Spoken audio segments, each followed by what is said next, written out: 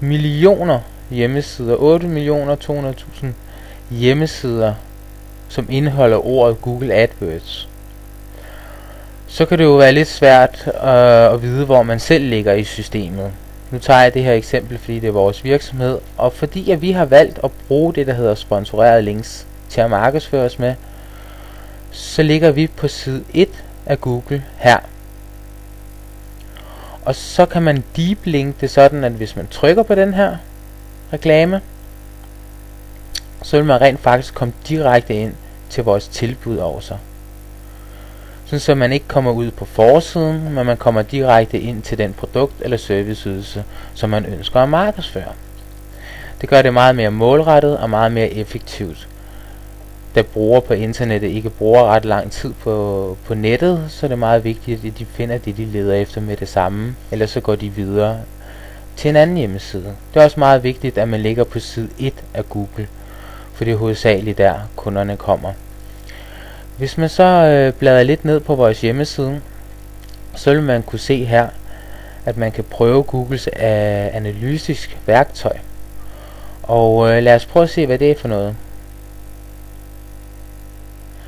Herinde vil man kunne se efterspørgslen på et produkt eller serviceydelse i Danmark eller globalt. Hvis jeg nu skal se, hvad efterspørgslen er på Google AdWords i Danmark og lokalt, så vil jeg så skrive Google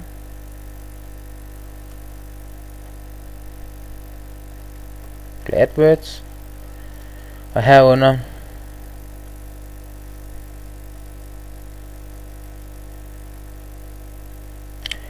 det billede her, og til sidst få idéer til søgeord.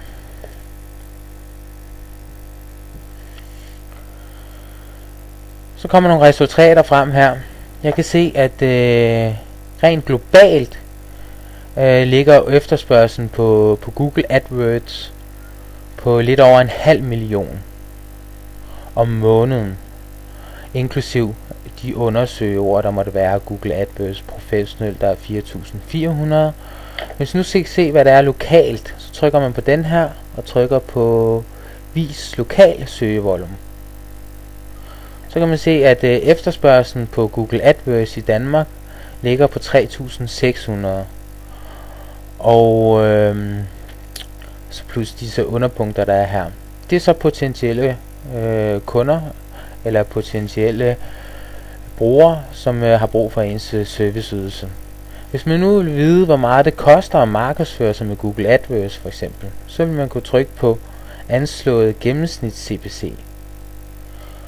Og der kan man se, hvad det koster. At markedsføre sig med Google AdWords er forholdsvis dyrt. Det ligger på helt op på en 70 og en 40 kroner til 30 kroner hver gang man ønsker kunder fra den her kreds af. Hvis man nu skulle tage en anden branche og kigge på det,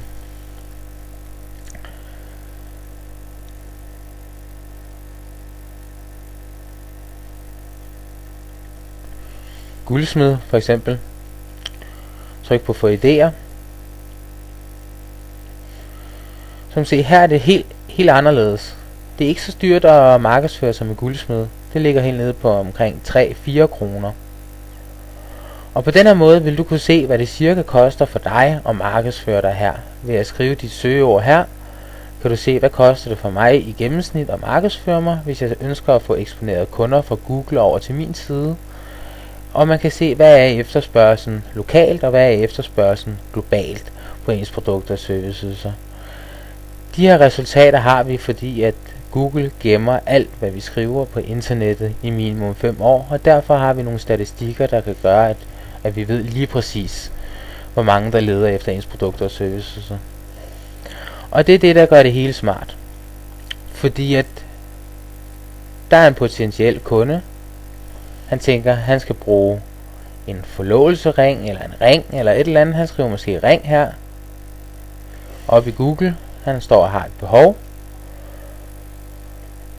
Og smukke ringe kommer der så frem, noget om nogle ringe. Og whoopsie, så får man lov til at markedsføre sig direkte over for dem, som leder efter en. Så hvis blot, lad os nu sige, at man skal markedsføre sig med nogle af de her ringe her.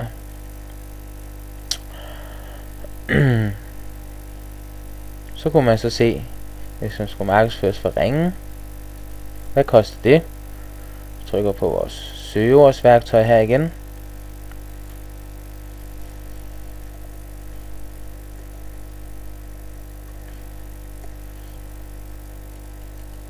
Sådan.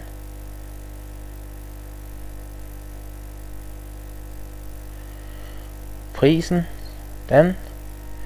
Jamen det ligger en diamantring, det koster så meget. Så det ligger på lidt forskelligt her.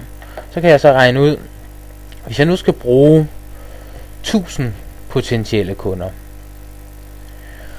og det i snit koster 8 kroner, og jeg for eksempel sælger diamantringen, så vil det koste mig 8.000 kroner at få potentielle kunder ind på min hjemmeside, som leder efter diamantringen, hvis man laver en kampagne for det, og nogle søgeord for det. Hvis så bare 1% af dem, der i forvejen er interesseret i at handle en diamantring, hvis bare 1% vælger at købe hos en, så har man 10 kunder. Og så kan man jo så regne lidt ud, hvis jeg nu sælger min diamantringe i gennemsnit for 10.000 kroner, og jeg så får solgt 10 diamantringe, jamen så har jeg lavet 100.000 kroner, og det har kostet mig 8.000 kroner at markedsføre mig. Og 1% kan man generelt som minimum forvente at få ind ved at markedsføre sig med AdWords over for potentielle kunder. Så det kan sagtens betale sig, medmindre man har produkter, der koster under 10 kroner stykket. Men har man nogle ordentlige produkter, som generelt koster over 200-500 kroner stykket, så vil det sagtens skulle lade sig gøre at markedsføre som AdWords og lave et genereret overskud.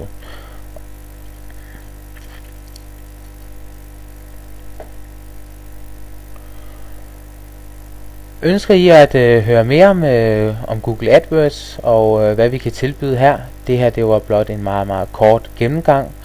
Det er ikke et produkt, vi bare langer over disken. Det er noget, vi går i dybden med og i samarbejde med vores kunder og laver nogle dybe analyser og målretter det meget og skræddersyrer det meget til den enkelte kunde og den enkelte kundes behov, sådan så vi helt fra starten af begynder at lave nogle få kunder og eventuelt breder sig mere ud og markedsfører sig mere, sådan så det hænger sammen med investering og overskud.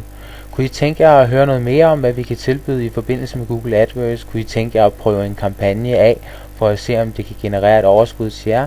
Så skal I være meget velkommen til at tage kontakt til KTM Nets marketingsafdeling på telefon 21 570 188, eller I kan også ringe direkte til mig på 22 353 og 145. Tak for denne gang, og fortsæt god dag.